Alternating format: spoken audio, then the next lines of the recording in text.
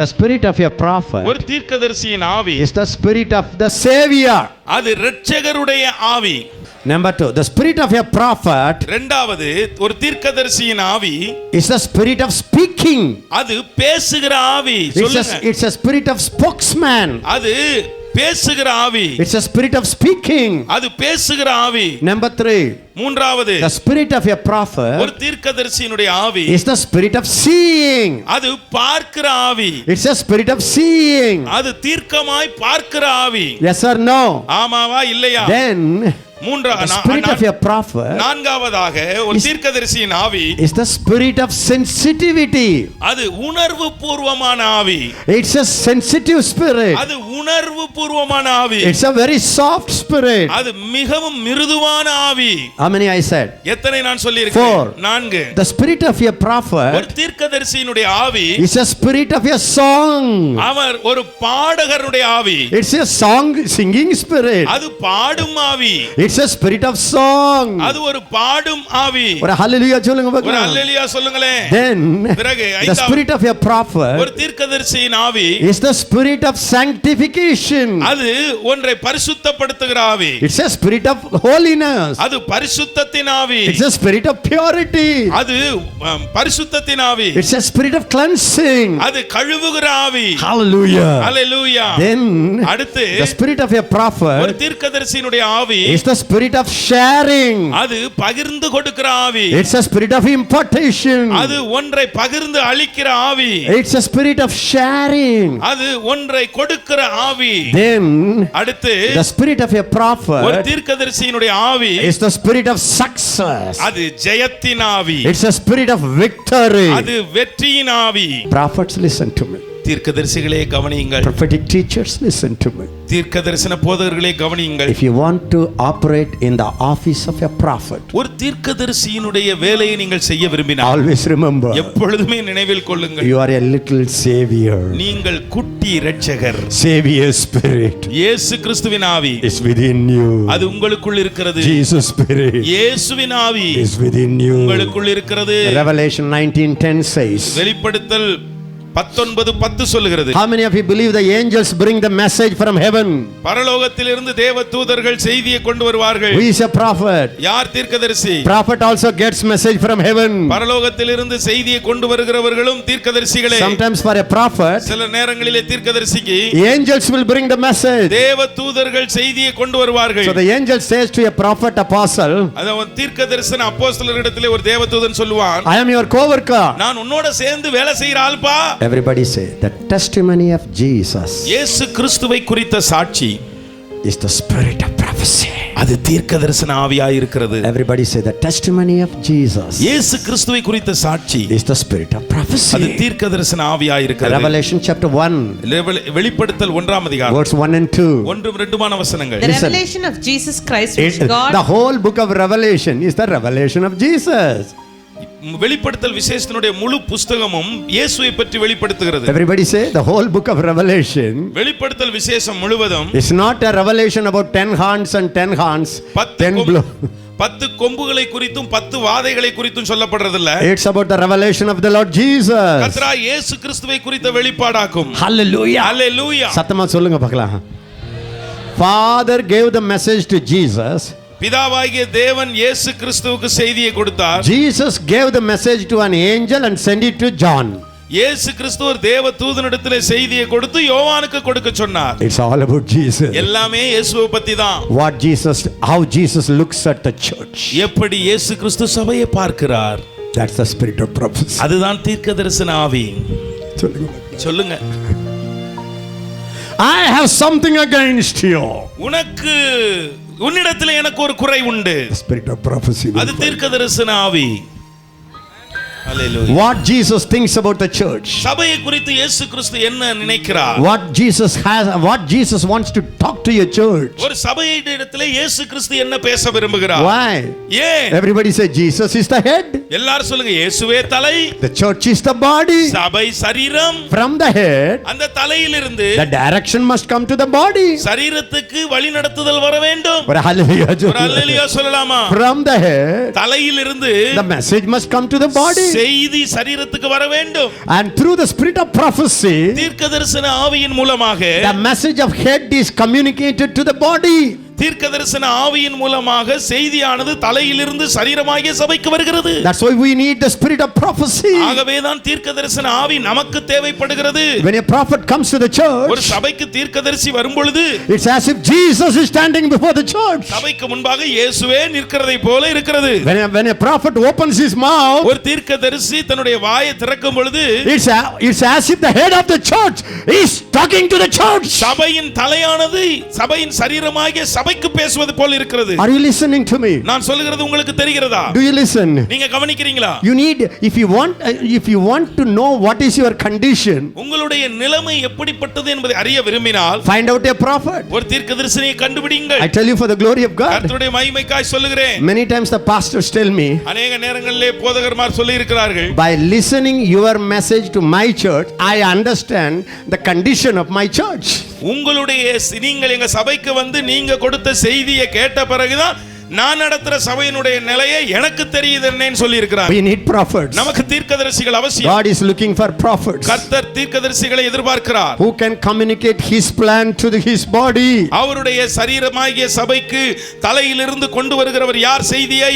Who can bring the direction from the head to the body. சரீரமாகிய சபைக்கு தலையிலிருந்து வழி நடத்துதலை கொண்டு வருகிறவர் யார்? அப்படி கேட்கிறார். No, what the Bible says. வேதம் என்ன சொல்லுகிறது? Whom shall I send? யாரை நான் அனுப்புவேன்? Who will go for me? எனக்காய் யார் போவார்? One day the Lord told me, ஒரு நாள் கர்த்தரிடத்தில் சொன்னார், everybody is using it for missionary calling or evangelistic calling. எல்லாருமே சபையை மிஷனரி காலிங்கோ அல்லது சுவிசேஷ பணிக்கோ பயன்படுத்துகிறார்கள். Who will go? யார் போவார்? Who will go? யார் போவார்? Whom shall I send? யாரை நான் அனுப்புவேன்? The Holy Spirit told me, பரிசுத்த ஆவியானவரிடத்தில் சொன்னார், it's not a call for an evangelist, it's a call for a prophet. இது ஒரு சுவிசேஷர்களுக்கு விடுக்கிற அழைப்புள்ள கர்த்தர் சொன்னது. அது ஒரு தீர்க்கதரிசியை அழைக்கிறார். விளங்குதாமா? You know what Jesus said? இயேசு யாரை அழைக்கிறார்? God looked at Isaiah. கர்த்தர் ஏசாயாவை பார்த்தார். Who was Isaiah? ஏசாயா யார்? He was a prophet. அவர் ஒரு தீர்க்கதரிசி, Yes சுவிசேஷகர் or no? அல்ல. ஆமாவா இல்லையா? Was he a prophet? அவர் ஒரு தீர்க்கதரிசி. Then God said, பிறகு கர்த்தர் சொன்னார், who will go for me? எனக்காக யாரை நான் அனுப்புவேன்? Whom shall I send? யாரை நான் அனுப்புவது? That means அதனுடைய அர்த்தம், there is a need for prophet. இன்றைக்கு தீர்க்கதரிசிக்கு ஒரு தேவை உண்டு. And you have the spirit of prophecy. உங்களுக்கு அந்த தீர்க்கதரிசன ஆவி இருக்கிறது. Maybe you are a teacher. நீங்க ஒருவேளை போதகராய் இருக்கலாம். But when you open up your spirit for the spirit of prophecy, நீங்கள் உங்களுடைய இருதயத்தை தீர்க்கதரிசன ஆவிக்கு திறந்து கொடுத்தால், your teaching will be a prophetic teaching for the church. சபைக்கு வேண்டிய தீர்க்கதரிசன போதனையை நீங்கள் கொடுக்க முடியும். விளங்குதுங்களா சொல்லுங்க. Are you able to understand? நீங்கள் புரிந்து கொள்ள முடியுமா? What the body needs is the message from the head, not from your head. இந்த சரீரத்துக்கு தேவையான செய்தி அந்த தலையினிடத்திலிருந்து வர வேண்டும், உங்கள் தலையினிடத்திலிருந்து வரக்கூடாது. பக்கத்துல இருக்கிற தலையை போட்டு ஒரு தட்டு தட்டுங்க. பக்கத்துல இருக்கிற தலையை பார்த்து ஒரு தட்டு தட்டுங்க. சொல்லுங்க, பாஸ்டர், prophet, தீர்க்கதரிசி, அப்போஸ்தலரே, what the church needs, இன்றைக்கு சபைக்கு என்ன தேவைனா, is not a message from your head, உங்க தலையிலிருந்து வரக்கூடிய சரக்கு இல்ல, but they need the message from Jesus' head. இயேசு கிறிஸ்துவின் தலைமைத்துவத்திலிருந்து வர வேண்டிய ஒரு வழிநடத்துதல் செய்தி. See, I preach 7 hours non-stop. 7 மணி நேரம் விடாமல் பிரசங்கம் பண்ணேன். You know how much time I take to prepare my message? என்னுடைய செய்தி அந்த 7 மணி நேரம் ஆயத்தப்படுத்த எவ்வளவு நேரம் எடுக்கிறேன் தெரியுமா? 14 hours. 14 மணி நேரம். No. இல்ல. You know what I do?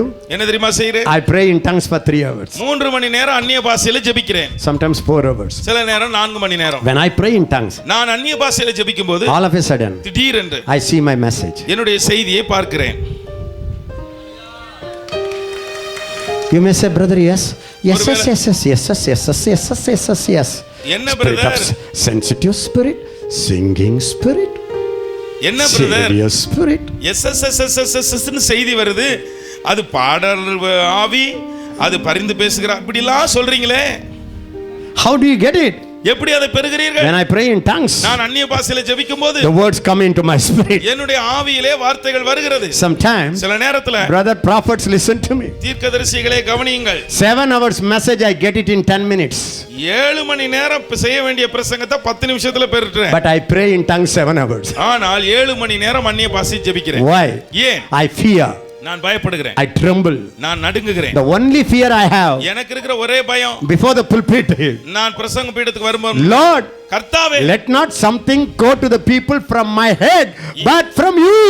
ஆண்டவரே, இந்த தலையிலிருந்து உம்முடைய சரீரமான சபைக்கு ஒரு செய்தியும் போக கூடாது. தலைமையாகி உம்முடைய தலையிலிருந்து அவர்களுக்கு செய்தி வர வேண்டும் என I விரும்புகிறேன். have preached for 37 years. 35 வருடங்களுக்கு மேலாக 37 வருடம் பேசி இருக்கிறேன். Why should I struggle? ஏன் நான் நடுங்க வேண்டும்? Why should I pray in tongues? ஏன் அந்நிய பாஷை ஜெபிக்க வேண்டும்? You ask Pastor Joseph Balachandran. Pastor Joseph Balachandran You கேளுங்க. ask all my family people. என்னுடைய குடும்ப நபர்கள்ட்ட கேளுங்க. Why I am in my room till I come to the pulpit? நான் இங்கே வருவதற்கு பிரசங்க பீடத்துக்கு வர்றதுக்கு முன்னாடி ஏன் அறைக்குள்ள இருக்கிறேன்? Because I don't know the scripture. எனக்கு என்ன வேத வசனம் தெரியாதா? Because I have not preached. நான் இதுவரை பிரசங்கம் பண்ணி பழகவே இல்லையா? Thousands of messages I have preached. ஆயிரக்கணக்கான செய்திகளை பிரசங்கித்திருக்கிறேன். But when I come here, ஆனால் நான் இங்க வரும் பொழுது even for 10 minutes, 10 நிமிடம்னாலும் I tune my spirit. என்னுடைய ஆவியை அவருடைய ஆவியோடு இணைக்கிறேன். Sometimes to preach for 10 minutes, I have to pray in tongues for 2 hours. சில நேரம் 10 நிமிஷம் பேசுறதுக்கு 10 மணி நேரம் ஜெபம் பண்றேன். When I pray in tongues, நான் அந்நிய பாஷையில் ஜெபிக்கும்போது from the head, தலையிலிருந்து, from his head, அவருடைய to தலையிலிருந்து my spirit, என்னுடைய ஆவிக்கு the words come, வார்த்தைகள் the வருகிறது, message comes, செய்தி வருகிறது, even the reference. அதனுடைய உவமானங்கள். When I pray in tongues, Bible குறிப்புகள், அந்நிய பாஷையில் ஜெபிக்கும்போது வசன குறிப்புகள், the scripture reference.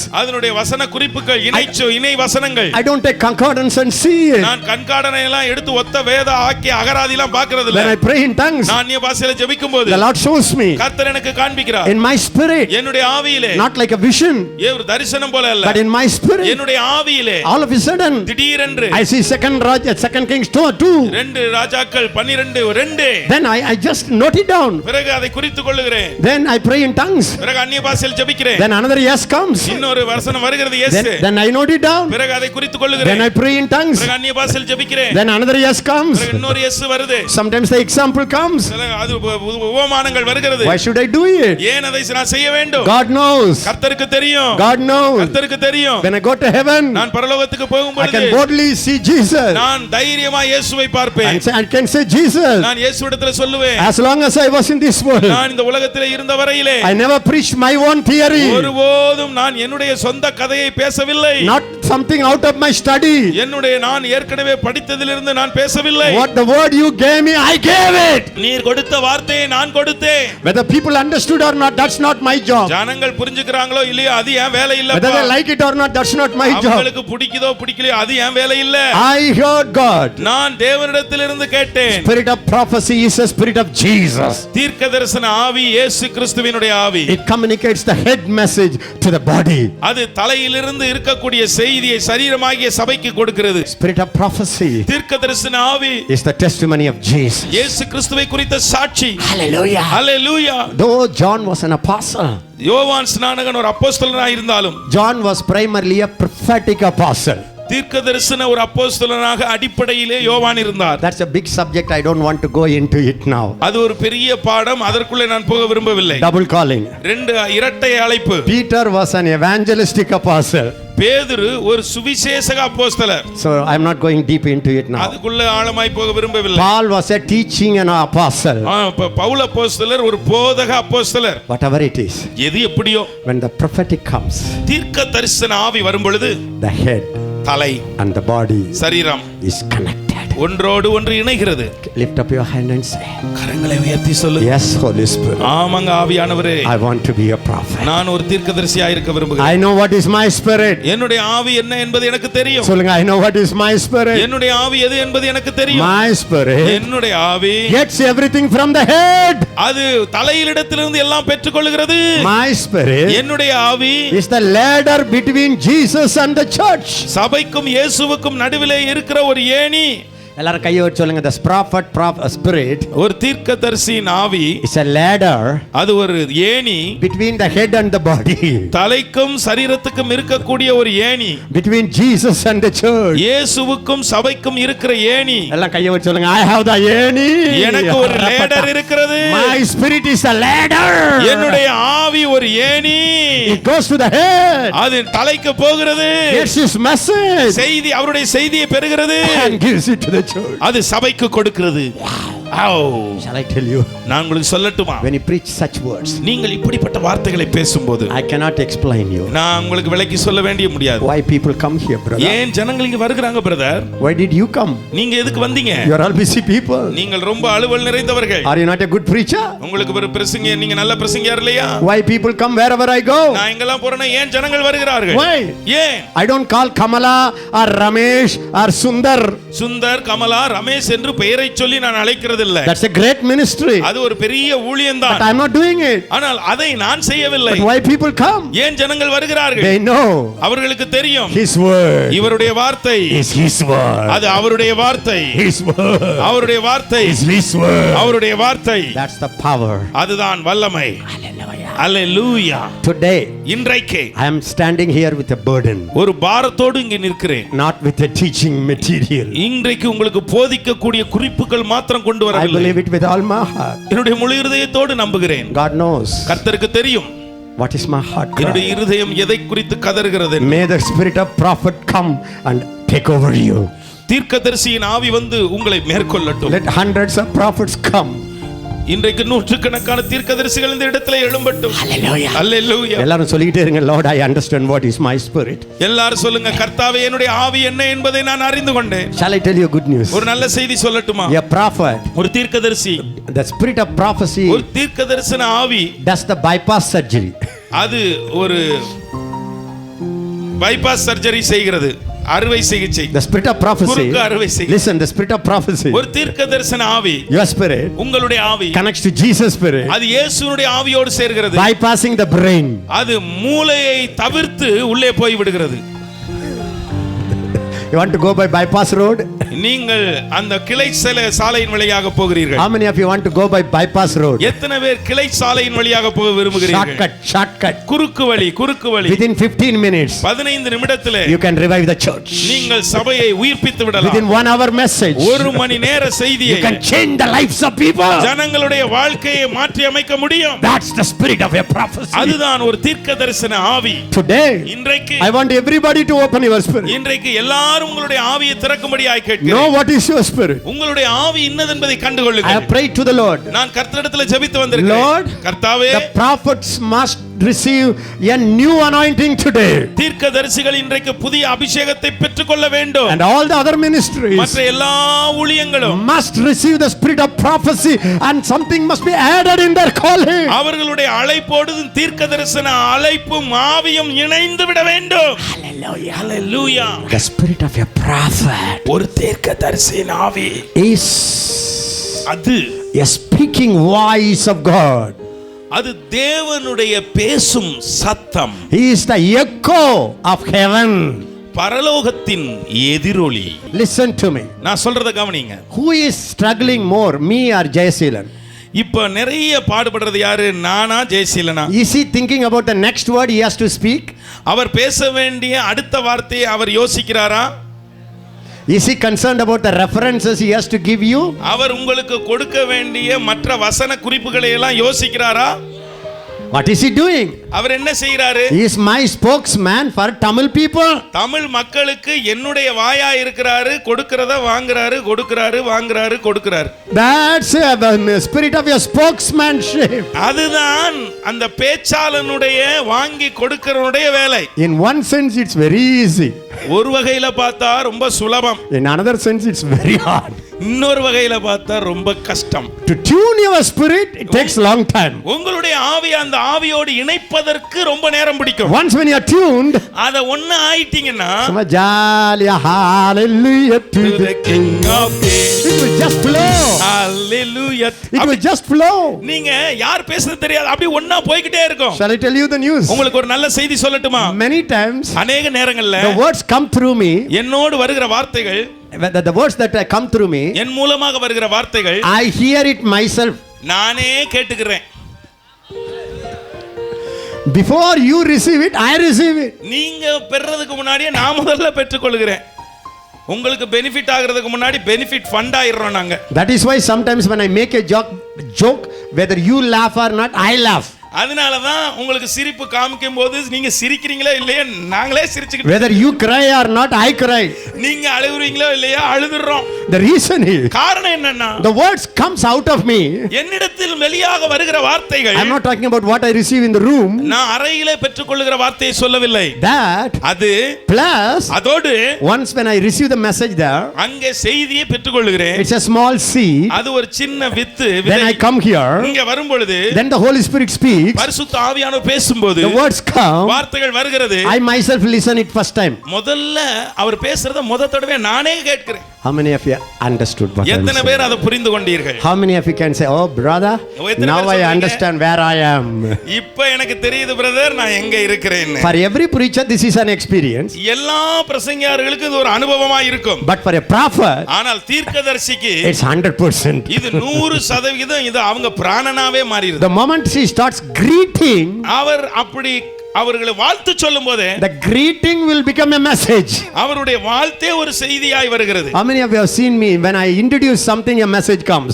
நான் ஒன்றை முதல்ல சொல்ல ஆரம்பிக்கும் போதே செய்தி வந்துரும். எத்தனை பேருக்கு தெரியும்? You know why I say I? ஏன் நான் சொல்றேன்? Just to show you that it's easy. அது ரொம்ப சுலபம்ங்கிறதுக்காக சொல்றேன். Hallelujah. ஒரு அல்லேலூயா சொல்லுங்களேன். The prophet's word ஒரு தீர்க்கதரிசியின் வார்த்தை is as powerful as God's word. தேவனுடைய வார்த்தை எவ்வளவு சக்தி மிகுந்ததோ அவ்வளவு சக்தி உள்ளது. எல்லாரும் சத்தமா சொல்லுங்க. The word of a prophet, ஒரு தீர்க்கதரிசியினுடைய the word of Jesus, இயேசுவின் வார்த்தை is same. ஒன்றே. It carries அது சுமக்கிறது the same power, அதே வல்லமை, the same authority. அதே அதிகாரம். Because ஏனென்றால் the origin அதனுடைய is துவக்கம் not a prophet, அது தீர்க்கதரிசி but the அல்ல, head of the church. அது சபையினுடைய தலையிலிருந்து துவங்கி வருகிறது. ஆமென். Hallelujah. ஹalleluya.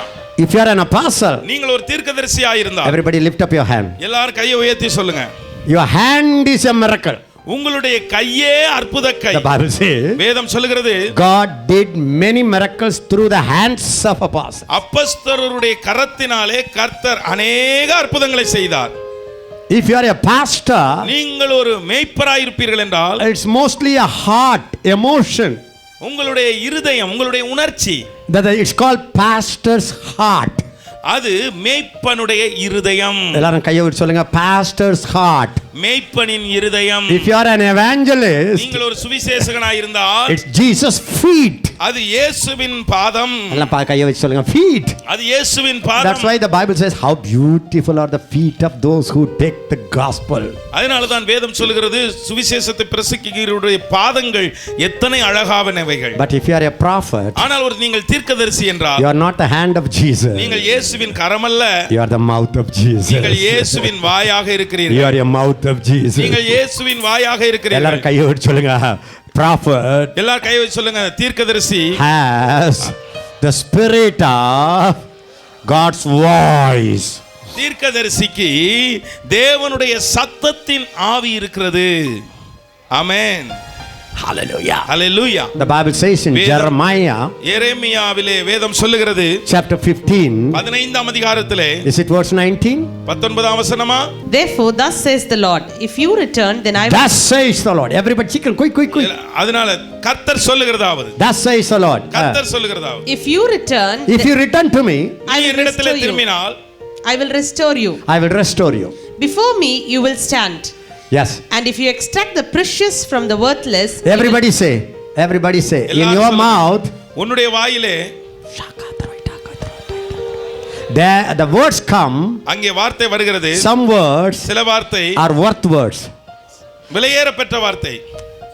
Some words சில வார்த்தை are worthless words. சில தீர்ப்பான வார்த்தை. எல்லாரும் கையை ஊத்தி சொல்லுங்க, if your mouth உங்களுடைய வாய் extracts what is good and what is bad, உங்களுடைய வாயிலே விலையேறப்பெற்றதை தீர்ப்பானதிலிருந்து விலையேறப்பெற்றதை பிரித்தெடுத்தால் you will become my spokesman. நீ என் வாய் போல் இருப்பாய், என்னுடைய வாயாக இருப்பாய். எல்லாரும் கையை ஊத்தி சொல்லுங்க, my spirit என்னுடைய ஆவி is the spirit of God's spokesman. அது தேவன் பேசுகிற வாய் உள்ளது. There is another translation. இன்னொரு மொழிபெயர்ப்பு, You shall be like my mouth. நீ என் வாயாவே ஆயிருவப்பா, என் வாய் மாதிரி ஆயிருவ. If you open your mouth, நீ உன் வாயை திறந்தா Jesus opens his mouth. இயேசு அவர் வாயை திறக்கிறார். Everybody lift up your hand and say, thank you, Holy Spirit. நன்றி பரிசுத்த I am ஆவியானவரே. God's mouth, I am God's mouth. I am God's mouth, I am God's mouth. I am God's mouth, I am God's mouth. I am God's mouth, I am God's mouth. நான் தேவவாய், நான் தேவனின் வாய். Come on, நான் lift up. தேவனின் வாய், நான் தேவனின் வாய். I am the mouth of God. நான் தேவனின் வாய். ஐரே மலரதோலரா மரபா. Ataramarandara நான் தேவனின் வாய். Atra நான் tarabarata. தேவனின் வாய். என்ன சொல்ல வேண்டும், என்ன பேச வேண்டும், கற்றுத்தாரும் ஆவியானவரே.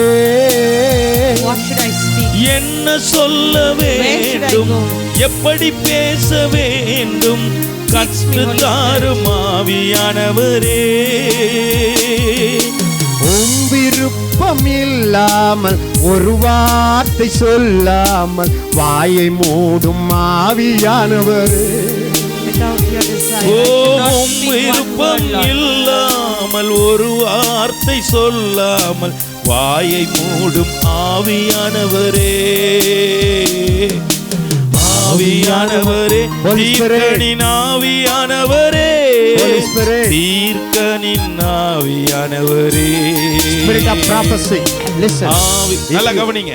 If you want to be a spokesman for God, தேவனுக்கென்று பேசும் வாயாய் இருக்க விரும்பினால் don't be a spokesman for the devil. சாத்தானின் பேச்சாளனாய் இருக்காதீர்கள். Satan and Jesus, both of them cannot use your tongue. சாத்தானும் இயேசுவும் ஒரே நேரத்தில் உங்கள் நாவை பயன்படுத்த முடியாது.